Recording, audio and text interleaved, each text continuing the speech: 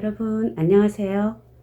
오늘은 제가 어떻게 췌장암을 발견했는지, 아니면 또 췌장암이 걸리기 전에 어떤 증세가 있었는지, 또 췌장암을 치료하면서 어떤 방법으로 하고 어떤 부작용이 있었는지, 이런 거에 대해서 좀 얘기를 나눠보고 싶어요. 제가 발병 한 6개월 전, 정확하진 않지만 6개월 전부터 좀 소화가 조금 안 된다라는 생각을 좀 갖게 됐어요. 그러다가 한 3개월 전부터는 속이 진짜 좀 답답하다. 요 부분이 답답하고 소화가 좀 안 되고. 그래, 이제 3개월 전부터는 확실히 좀, 그래서 병원을 좀 많이 다녔던 것 같아요. 근데 다녀도 별로 안 낫고, 그래서 좀 다른 병원도 다녀보고, 제가 뭐 한의원도 원래 안 다니는데 한의원도 제 발로 찾아가서 침도 막 맞아보고, 그러니까 굉장히 답답했던 거죠. 제가 불편하니까 이렇게 다녔던 것 같아요. 근데 그때는 계속 그 위장약처럼 소화 안 되는 거에 대한 약만 좀 계속 먹었던 것 같아요. 근데 지금 이제 돌이켜서 생각을 해보니까 저도 조금 잘못한 부분이 있다라는 생각이 드는 게, 제가 이제 병원을 가면 어떤 증상이 있는지에 대해서 정확하게 말씀을 드려야 되는데, 제가 가면 꼭 이렇게 말씀을 드렸던 것 같아요. 선생님, 저는 위염이 좀 심하고 장상뼈 화생도 좀 있어요. 그런데 요즘 이제 속이 불편하고 여기 답답하고 뭐 이렇게 얘기를 했던 것 같아요. 그러니까 선생님께서 이제 위염에 관련된 그런 약들을 많이 조제를 해 주셨던 것 같아요. 그래서 지금 생각하면 제가 굳이 그런 거를 먼저 말씀을 드릴 필요가 없이 지금 나에게 있는 증상만 딱 얘기했으면 좀 더 좋았지 않았을까, 이런 후회가 조금 있거든요. 그래서 이제 병원을 그렇게 다니다가 한 3주 전쯤 이렇게 병원을 갔는데, 그때쯤에 제가 너무 피곤한 거예요. 항상 매일 피곤하고, 또 소변을 봤는데 소변 색깔이 굉장히 진하게 변한 걸 제가 알고 가서 선생님께 말씀을 드렸어요. 그랬더니 선생님께서 소변색이 콜라색으로 나오느냐 이렇게 물어보시더라고요. 그래서 제가 생각하니까 콜라 색깔까지는 아닌데, 그래서 그 정도는 아닌데 그래도 굉장히 좀 진해졌어요. 평소와 달라요. 이렇게 말씀을 드렸더니 그냥 선생님께서는 그러냐고, 여름이기 때문에 땀 배출이 많아서 소변색이 좀 진해질 수도 있다, 이렇게 말씀을 하시더라고요. 그러다가 이제 그때 뭐 피검사도 좀 하고 소변검사도 검사를 의뢰해 놓고 2주 후에 다시 병원을 가기로 했는데, 2주쯤 거의 됐을 때에 제가 황달이 온 거예요. 그래서 응급실을 제가 이제 찾아갔죠, 제 발로. 응급실을 가서 그때 이제 바로 검사하면서 이제 담도가 막힌 걸 알고 입원을 해서, 담도 스텐트, 담도가 이제 막혔으니까 이 암으로 인해서 그 부분, 막힌 부분에 담도 스텐트 삽입을 하고, 그 담도 배액관을 이쪽으로, 옆구리 쪽으로 이제 그거 시술을 했어요. 그래서 이제 여기 이 옆구리에서 이렇게 호수 같은 걸로 해서 이렇게 주머니 차고 다니면서 담즙이 이제 나오는 거를 이쪽 옆으로 이제 이렇게 달고 다니고 좀 그랬었거든요. 그러다가 제가 21년도 7월 9일 날 췌장암 진단을, 이제 검사 결과가 나온 거죠. 한 열흘 정도 입원을 했었나? 뭐, 입원 중에 이제 그 소리를 들은 거예요. 그래서, 진단을 받고, 제가 요 앞 영상에 말씀드린 것처럼 이제 다른 병원도 갔다가, 이제 좀 놀래고, 이제 다시 그냥 가까운 데에서 하겠다. 또 이 병원이 마음에 들더라고요. 굉장히 친절하고, 선생님들께서도, 간호사들도 굉장히 친절하고, 그 다음에 뭐 깨끗하고, 집하고도 가깝고, 그래서 제가 이제 항암은 가까운 데서 하겠다 해서 이제 다시, 이 병원에 입원을 했어요. 입원을 해서, 발병이, 그 진단이 7월 9일인데, 다시 온 게 15일이에요. 15일 날 와서 항암을 하려고 했는데, 그때는 췌장 염증이 너무 수치가 높아서 바로 이제 항암을 못하고 19일 날부터 1차 항암을 시작을 한 거예요. 제가 췌장암 진단을 9일 날 받고 19일 날 1차 항암을 했으니까 10일 만에 이제 항암을 하게 된 거죠. 굉장히 빨리 한 거예요. 다른 사람들 보면은 대형 병원에 가면 뭐 선생님 만나 뵈려고 접수하고, 그 다음에 뭐 검사하느라고 뭐 기다리고, 뭐 진단받고 또 입원하고, 이 시간들이 굉장히 길더라고요. 근데 저는 참 잘했던 것 중에 하나가 굉장히 빨리 항암을 했어요. 그래서 한 10일 만에 바로 항암을 했으니까 그건 참 잘한 것 같다라는 생각이 또 들어요. 그래서 7월 19일에서 21일까지 1차 항암을 했는데, 그때는 큰 부작용은 없었어요. 이제 배만 살살 조금 아팠고, 혈압이 조금 떨어지는 거, 그 정도 외에는 이제, 별 증상 없이 1차 항암을 잘 하고, 제가 이제 그때는 바로 이제 요양병원을 막 알아보고, 예, 좋은 데를 들어갔어요. 들어갔는데, 근데 그 당시에는 제 심정이, 막 내가 너무 중환자라는 생각이 드는 거예요. 그래서 막 집으로 갈 생각은 엄두도 못 내고 요양병원 가서 잘 차려주는 음식에 잘 먹고 치료도 잘 받고 이렇게 보조 치료를 좀 해야겠다라는 생각에 이제 그 요양병원에 들어갔는데 막상 들어가니까 근데 그때 여름이었거든요. 밖에 나오기가 너무 더워서 밖으로는 못 나오고 그 안에만 있고 또 안에서도 방에만 있게 되더라고요. 밖에 괜히 뭐 복도 어슬렁거릴 것도 없고 방 안에만 있으니까 제가 이제 심리적으로 너무 몸은 멀쩡한데 제가 이제 배액관은 뺐지만 이제 스텐트를 하고 나니까 답답한 것도 없어지고 사실 아픈 거는 없었어요. 제가 뭐 특별히 아픈 게 없는 사람이 몸이 멀쩡한데 병실에 계속 이렇게 있으니까 정말 내가 더 중환자가 된 그런 느낌이 들고 전 별로 안 좋더라고요. 그래서 5일 만에 퇴원을 했어요. 그냥 원래는 좀 오래 있으려고 했는데 계속 있으려고 했는데 5일 만에 퇴원해서 집에 오니까 훨씬 기분도 좋고 그렇더라고요. 그래서 이따가 다시 이제 2차 항암을 하러 갔는데 그때는 이제 약간 이 턱, 눈 이렇게 손가락, 발가락 이런 데가 찌릿찌릿 그런 느낌이 이제 그때 2차 항암 때는 느껴졌어요. 그래서 약간 하품 같은 게 나오더라고요. 하품이 나오면 이제 눈 이런 데가 막 이렇게 막 눌러줘야 되더라고요. 턱도 막 뭐라고 표현을 해야 되지? 막 이렇게 눌러줘야 되는 그런 현상이 이제 그때 2차부터 조금 나오더 2차는 아주 심하지는 않았어요. 조금 그런 증세가 나왔고, 그 다음에 고기 냄새 이런 게 맡기 싫더라고요. 이제 저는 그런 증세가 나왔고, 그 다음에 이제 3차 항암을 했는데, 그때는 이제 이렇게 찌릿찌릿한 게 굉장히 조금 더 심해졌어요. 심해지고, 그 다음에 뭐, 그때는 메스꺼움도 나오고, 오한, 뭐, 콧물 재채기, 침도 막 좀 많이 나왔고, 그 다음에 말을 하면 어눌해지는 거예요. 발음이 잘 안 돼요. 그러니까, 그리고 말초신경들이 이제 좀 문제가 생기는 거죠. 그래서,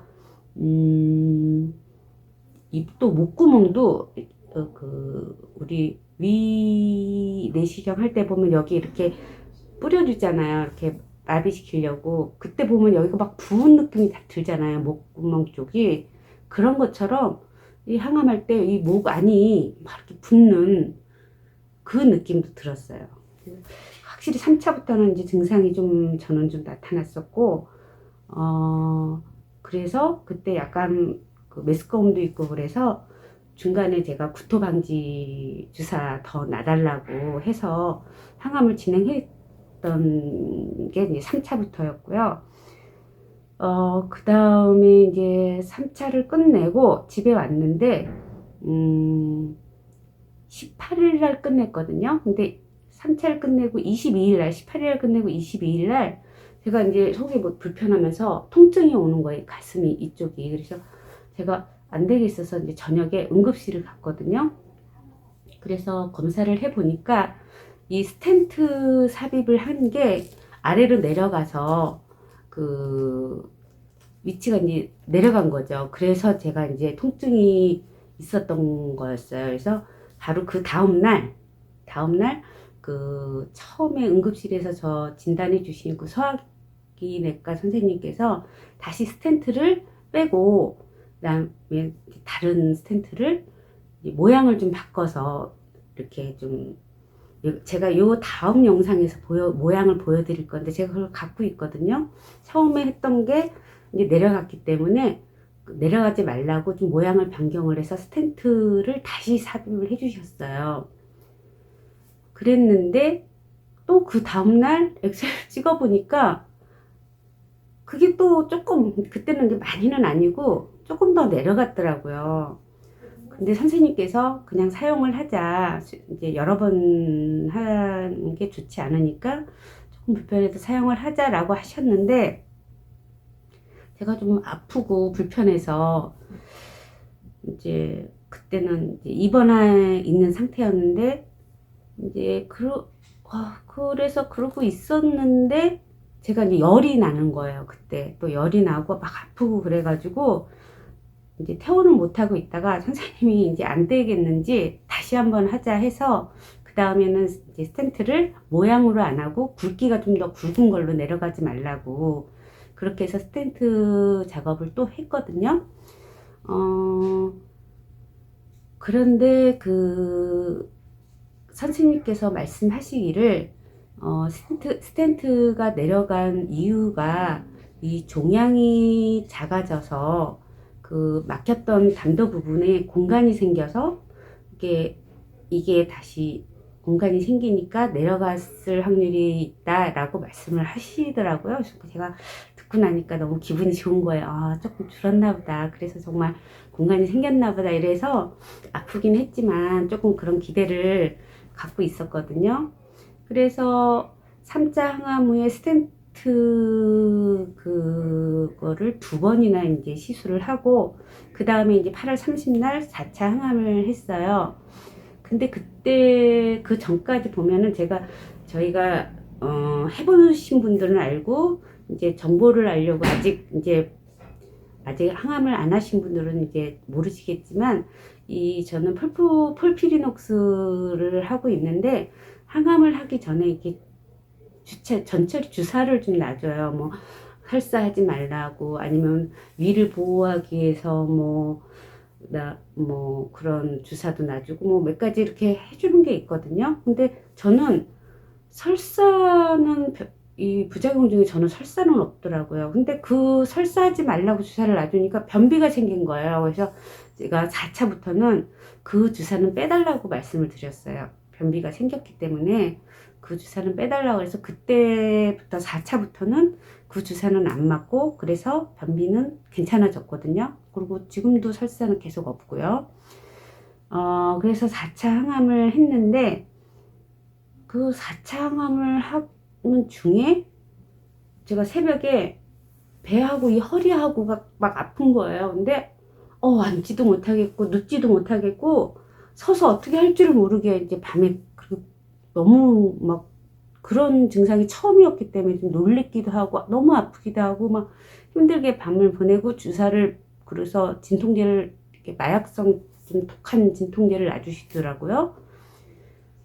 그래서 그렇게 아파서 그 주사를 맞았는데, 그 주사가 이틀 동안 막 해롱해롱 하는 거예요. 굉장히 독했던 주사였던 것 같아요. 그래서 막 밥 먹다가도 이렇게 막 좋은 것처럼 막 그러고, 그래서 이제 그때 어쨌든 그 주사를, 진통제를 맞고 나서는 그 통증은 그 이후에는 없었어요. 그때 딱 한 번 있었는데 되게 통증이 되게 심해서 제가 막 갑자기 그런 통증이 생기니까 그렇게 아프지도 않았는데 좀 놀랬던 것 같아요. 그때는 제가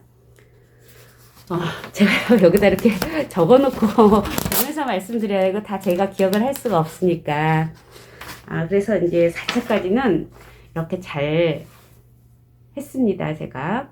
그 다음에 9월 9일 날 이때는 제가 또 집에 있었는데 약간 등 쪽하고 가슴이 계속 아픈 게 아니라 이제 산발적으로 이렇게 조금 통증이 있는 거예요. 그래서 이제 제가 외래를 갔어요. 외래를 가서 선생님한테 이제 말씀을 드리니까 엑스레이 찍고 그랬는데 별거는 없다고 그러시더라고요. 근데 이제 배에 가스도 많이 차고 변도 많이 찼다고 그 말씀만 하시고 별로 그렇게 뭐 별거 아닌지 그냥 별 말씀을 안 하시더라고요. 그러면서 진통제를 좀 주셨어요. 그래서 이제 병원에서 그렇게 진통제 받아서 집으로 오고 그날은 이제 오면서 또 제가 머리가 이제 많이 그때 빠졌었거든요. 그래서 가발을 이제 맞추러 갔어요. 근데 이게 가발을 하기에는 제 머리가 아직은 그렇게 많이 빠지지는 않은 상태여가지고 그냥 갔다가 그냥 왔는데 그 당시 머리가 너무 빠지는 거예요. 너무 빠지는데 제가 느낀 거는 머리카락의 숫자가 굉장히 많은가 보다. 이렇게 많이 빠지는데도 붙어있는 머리카락이 많은 걸 보고 제가 어머, 머리카락의 숫자가 엄청 많은가 보다. 이렇게 그때 느꼈거든요. 엄청 빠져서 정말 나이 드신 분들 이런 데가 약간 좀 훤하게 좀 보이는 정도? 그래서 좀 보기에 머리가 많이 빠졌네. 이 정도지 뭐 그 이상은 아니어서 그때는 막 모자도 조금 쓰고 다니고 좀 더 상황이 더 빠지면 그때 가발을 하자 그러고 이제 지금 왔었어요. 그 다음에 이제 9월 13일 날 제가 그 4차 항암까지 하고 나서 이제 CT를, 중간점검으로 CT를 찍었던 결과를 들었는데, 제가 그 6.4cm였었는데, 그게 4.3cm로 줄었다. 이렇게 말씀을 하시더라고요.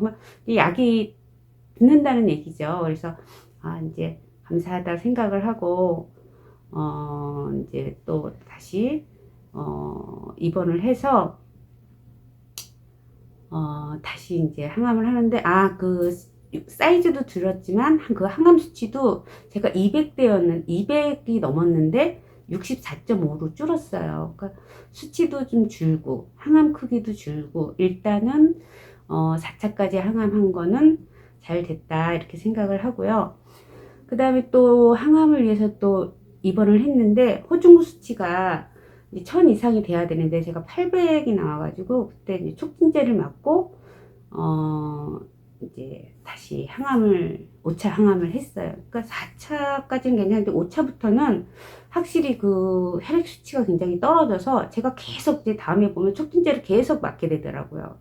그래서 처음으로 그 5차 항암할 때 촉진제를 맞고 그 다음에 항암을 했던 것 같아요. 근데 이때는 제가 막 축 처져서 이제 있다가 이제 항암을 하고 그래서 막 구토방지제도 더 놔달라고 해서 하고 조금 힘들게 좀 했던 것 같아요. 그 다음에 그 6차 항암을 할 때 이때는 어떤 게 있었냐면 그게 원인이 뭔지는 제가 모르겠지만 제가 그때 약간 변비가 있어서 푸른 주스라고 있잖아요. 그거를 좀 마셨거든요.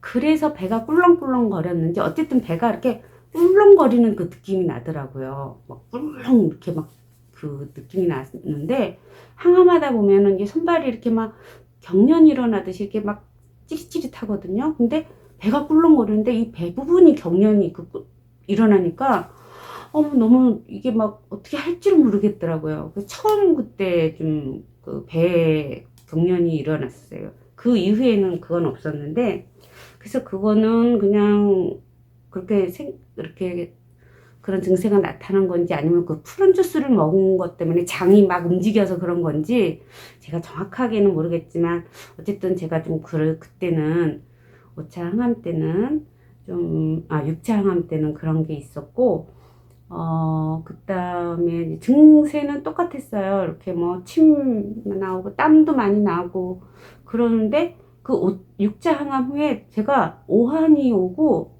열이 또 나는 거예요. 그래서 그때 항암을 중단을 하고 그 배양 검사도 하고 항생제도 맞고 해열제도 맞고 그때 좀 그랬었어요. 근데 제가 어떤 거 원인은 모르겠지만 감염이 됐다고 그러더라고요. 그래서 간 수치도 500 이상으로 오르고 그래서 스승님께서 1인실로 옮겨야 된다고 그래서 그때 이제 1인실로 옮겨서 중단했던 항암 다시 하고 그랬던 적이 있었거든요. 그때가 6차 항암이었어요. 그래서 계속 거기서 항생제도 맞고 해열제도 맞고 그 다음에 그때가 제일 힘들었네요.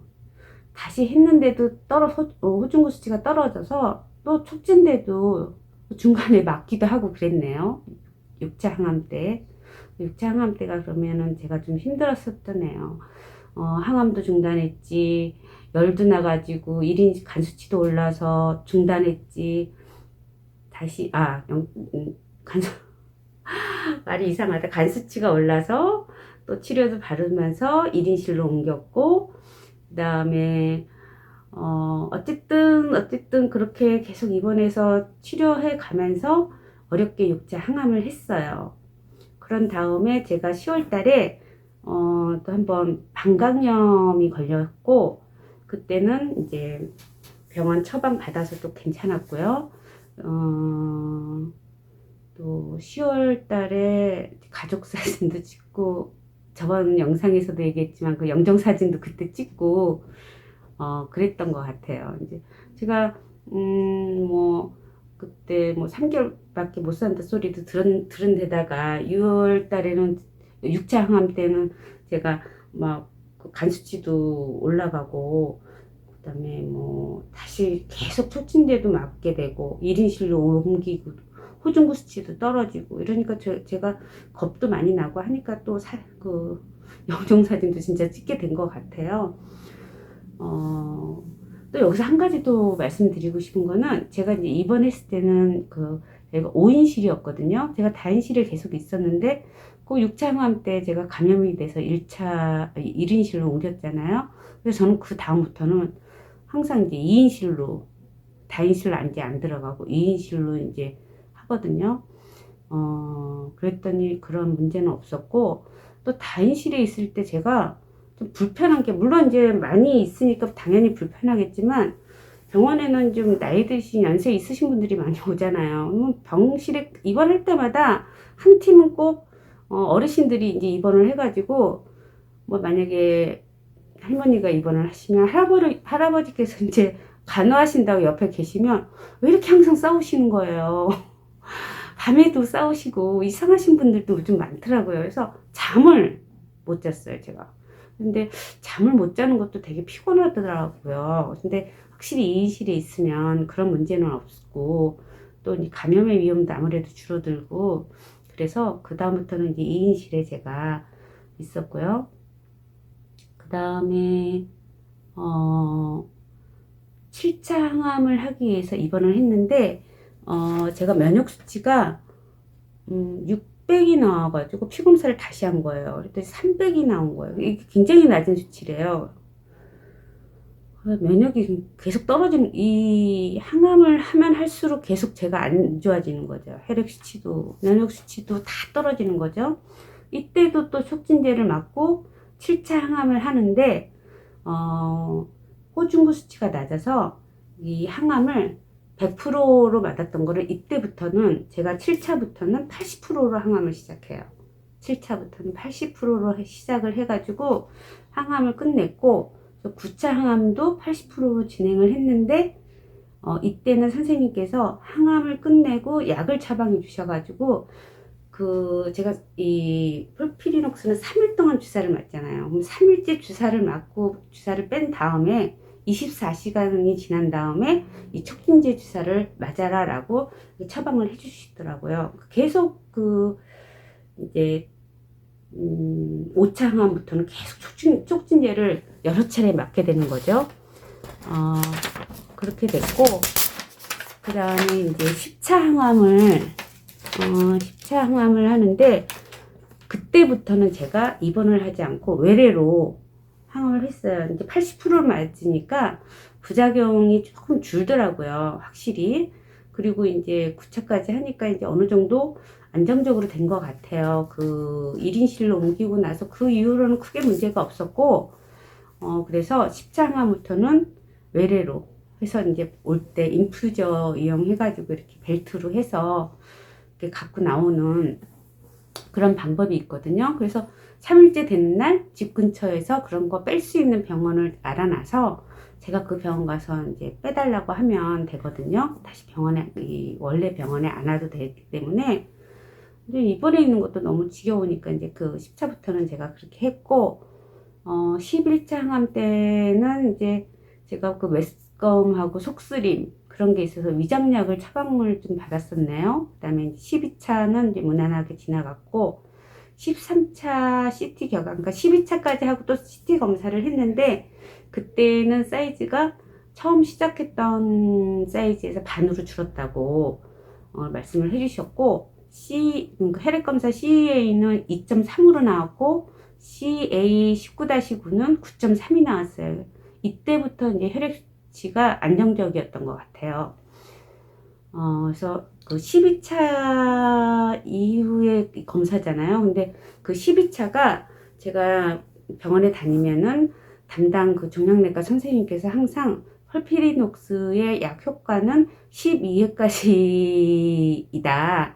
그 12차까지 하면 약 효과는 거의 다 이제 썼다라고 생각을 하면 된다. 이렇게 또 항상 말씀을 하셨던 것 같아요.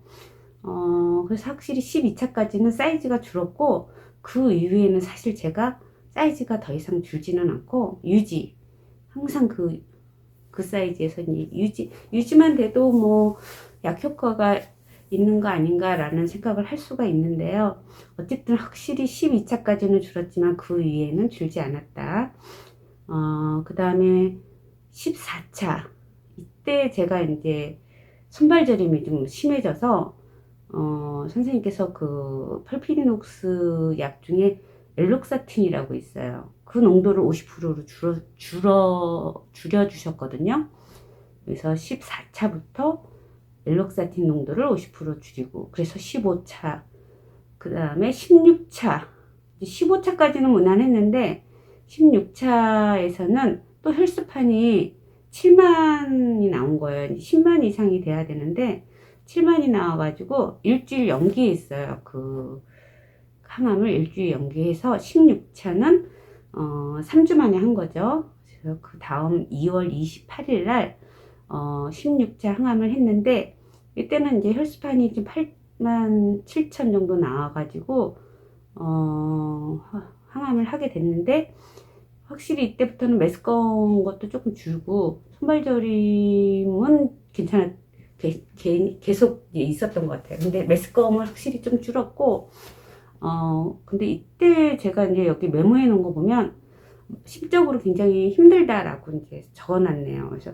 이때부터는 그 전에는 막 입원하고 뭐 감염도 되고 뭐 증상도 심하고 그러니까 제가 그럴 정신이 없었겠죠. 그러다가 이제 제가 생각해 보니까 좀 안정적으로 부작용이 줄어들고 이러다 보니까 제가 심적으로 이제 또 이제 생각이 많아졌나 봐요. 근데 제가 생각해도 그때 좀 힘들었던 것 같아요. 제가 제 마음이 약하다고 생각을 안 했는데, 어떻게 마음을 생각을 안 해야지 이래도 그게 제 맘대로 안 되고, 자꾸 뭐 일어나지 않은 일에 대해서 자꾸 상상을 하게 돼요. 뭐 이런 부작용이 생기면 어떻게 하지? 장마비가 오면 어떻게 하지? 뭐가 어떻게 되면 뭐 이런 막 상상이 하루 종일 제 머리를 막 그게 안 하려고 해도 안 되더라고요. 그게 되게 힘들었던 것 같아요. 제가 여기 이제 메모도 해놨지만 제 기억에도 그게 힘들다고 생각이 드네요. 그래서 제가 그 다음에 17차 하고 18차도 했는데, 18차에도 좀 항암하고 힘들었다, 기운이 없었다, 이렇게 되어 있고, 그 18차를 하고 나서 제가 심리 상담을 받았어요. 근데 이제 전문 뭐 병원 가서 한 건 아니고, 비영리단체에서 이제 선생님들이 공부하시고 그런 상담을 해주시는 데가 있어서 제가 찾아가서, 뭐 좀 도움을 요청하고 상담을 일주일에 한 번씩 다니면서 받았었거든요. 그 다음에 그 19차 때에 이제 또 다시 검사한 결과를 알려주셨는데, 그 사이즈는, 암 사이즈는 그대로이지만, 이다. 그 다음에 혈액 수치는 CA는 1.7, CA19-9는 8.2, 굉장히 안정적이죠. 네, 이렇게 나왔고, 그 다음에 4월 17일, 그때 제가, 손발저림이 이렇게 손가락이 있으면 요 끝, 이렇게 한 마디, 요 정도만 저렸었거든요. 근데 이때 제가 보면은 4월 17일 날은 이게 약간 손바닥까지 이렇게 저림이 이렇게 오더라고요. 그래가지고 제가 이제 선생님께 그 다음에 20차 항암하러 갔을 때 선생님께 이제 말씀을 드렸어요. 그랬더니 선생님께서 그 엘록사틴을 항암할 때 빼주셨어요. 그게 이제 손발저림을 이제 그 부작용이 나는 약이거든요. 근데 그걸 빼주시고 항암을 했는데 빼주시고 나니까 처음에 발저림 증상이 확실히 조금 나아졌던 것 같아요. 근데 이 손발저림 약이 이 약을 끊는다 그래서 금방 좋아지지는 않는데요. 이게 손발저림 계속 오래까지 가는 사람들은 뭐 2년도 가고 그런다고 하더라고요. 그래서 어쨌든 그 약을 20차에서는 빼주셨고, 그 다음에 21차 잘 했고, 22차는 제가 이제 한 1년 정도 경과가 되니까 이 담도 스텐트를 그냥 하고 있어도 되는 건지 궁금해서 그 소화기내과 그 선생님을 찾아뵀어요. 그랬더니 선생님께서 뭐 지금 현재는 괜찮은 것 같다. 근데 이제 붉은 소변이 나오면 그때는 교체를 해야 된다. 그때는 얘기를 해라. 이렇게 얘기를 하시더라고요. 그러니까 그 전에 보면 그전 제가 혈액 검사할 때 콜라색 소변 얘기하듯이 약간 붉은빛이 나는 소변이 나오면 담도에 문제가 있는 것 같아요. 그래서 그렇게 말씀을 해주셨고, 그 다음에 제가 이제 한 1년 7월 18일이니까 항암 시작한 지는 한 1년 되는 거네요. 26차 할 때 선생님께서 제가 여러 번 얘기했는데 리리카랑 신발타를 그때에 이제 처방을 해주셨어요. 그런데 제가 이제 그거에 대해서는 여러 번 이제 말씀을 드렸지만, 이 약은 사실은 이거를 저의 이런 증상을 치료하기 위한 약이 아니라 다른 데에서 쓰이는 그런 약을 갖다가 뭐 예를 들면 당뇨나 대상포진이나 뭐 이런 데에 쓰이는 약들이라고 되어 있더라고요.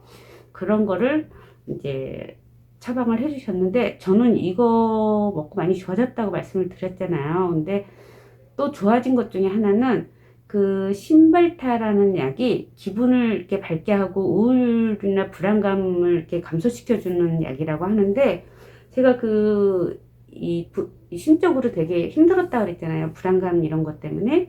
그게 이 약을 먹고 나서 좋아졌어요. 정말 제가 어떻게 할지 모르던 그게, 그래서 내가, 정말 약이 참 신기하구나. 제가 이제 그걸 좀 느끼기도 했는데, 저는 정말 손발저림도 좋아지고, 이 불안감이 없어져가지고, 굉장히 이 약에 대해서는 저한테는 이 약이 너무 잘 맞는 것 같아서 너무 감사하게 지금도 약을 먹고 복용을 하고 있거든요. 그리고 또 이제 한 가지는 제가 그 불안했던 이유 중에 하나는 손발저림을 제가 이 발은 어땠냐면 약간 저희가 이렇게 다리 이렇게 무릎 꿇고 앉아 있으면 다리가 쥐나는 것 같아서 이렇게 일어서면 막 발이 붕 뜬 것 같은 느낌이 들 때 있잖아요. 약간 그런 느낌 같으면서 만약에 얼음 위에 발을 올리고 있으면 막 마비되는 것 같은 그런 증상도 비슷하고, 이렇게 신발을 신었을 때 바닥에 있는 것 같지 않고 약간 붕 뜬 느낌이 들었었거든요. 발은. 그리고 손은 찌릿찌릿하고 막 신을 때는 제가 뭘 만지지를 못했어요. 그리고 머리 감고 이럴 때도 장갑 끼고 고무장갑 끼고 하고, 집에서 뭐 만질 때 항상 장갑 끼고 있었고, 여름에도 장갑 끼고 다니고, 뭐 양말은 두꺼운 걸로 24시간 신고 이렇게 살았는데, 이제 뭐 손발저림이 어떠냐고 항상 물어봐 주셔요. 선생님이 가면 좀 힘들어요 이러면은 숟가락은 드는 수 있냐고, 괜찮냐고 물어보시더라고요. 그래서 제가 그거는 괜찮아요 그러는데, 제가 속으로 숟가락도 못 들게 되는 거야? 뭐 이런 생각이 드는 거죠. 그러면 어떡하지? 그래서 이제 증상이 제가 뭐 손바닥까지 왔다 그랬잖아요. 막 그때는 이러면은 이제 밥도 누군가가 먹여줘야 되고, 내 몸 씻는 것도 누군가가 해줘야 되고, 나는 정신이 멀쩡한데 아무것도 못하는 상황이 될 수 있는 거네? 이런 생각이 들었을 때 되게 막 너무 불안하고 너무 막 슬프고 막 너무 충격이었어요. 그래서 손발저림이 심해서 정말 내가 숟가락도 못 드는 상황이 있을 수 있겠구나, 이런 게 어쨌든 제 정신적으로는 좀 힘들었는데, 신발타 약을 먹고 나서 그 심리적인 건 많이 좋아졌고 또 손발저림도 많이 좋아졌고, 네, 결과적으로 저는 지금은 일단 그 부분은 많이 좋아졌고, 그 다음에 제가 이제 26차에서 지금 약을 처방을 받았다 그랬잖아요. 그 다음에 42차부터는 2주 간격으로 했던 그 항암을 3주 간격으로 바꿨어요. 그래서 제가 좀 더 뭐랄까 힘들지 않은 거죠. 그래서 제가 지금 그래서 확실히 3주 간격으로 하니까 훨씬 더 컨디션도 좋고, 그렇죠. 지금 2주 간격으로 하신 분들은 좀 힘드신 분들도 많으실 거예요. 그래서 지금 현재 42차부터 3주 간격으로 하면서 11월 29일에 제가 53차 항암 예정이거든요. 저의 스토리는 지금 이렇습니다. 이런데, 제가 조금 걱정되는 게, 저는 이거를 이제 저한테 나타나는 증상을 그냥 여러분들께 말씀드리는 거잖아요. 근데 이제 치료를 하면서도 사람마다 나타나는 부작용도 틀리고 모든 게 다 다르기 때문에 항상 제 이 영상을 보시고 이제 좀 참고 정도만 해주시면 좋은데, 이제 그런 것들이 조금 걱정이 돼요. 그러니까 항상 참고로만 해주시고, 그랬으면 좋겠습니다. 너무 잘 전달이 됐을까요? 좀 처음 아직 항암 시작하지 않으신 분들은 이런 걸 좀 참고로 좋게 참고가 됐으면 좋겠고요. 또 이제 뭐 다른 뭐 저보다 더 다른 증상이 있으신 분들, 뭐 도움 줄 수 있는 분들은 또 댓글에 이렇게 좀 해주셔도 좋고요. 여하튼 저는 이렇게 항암을 해왔습니다.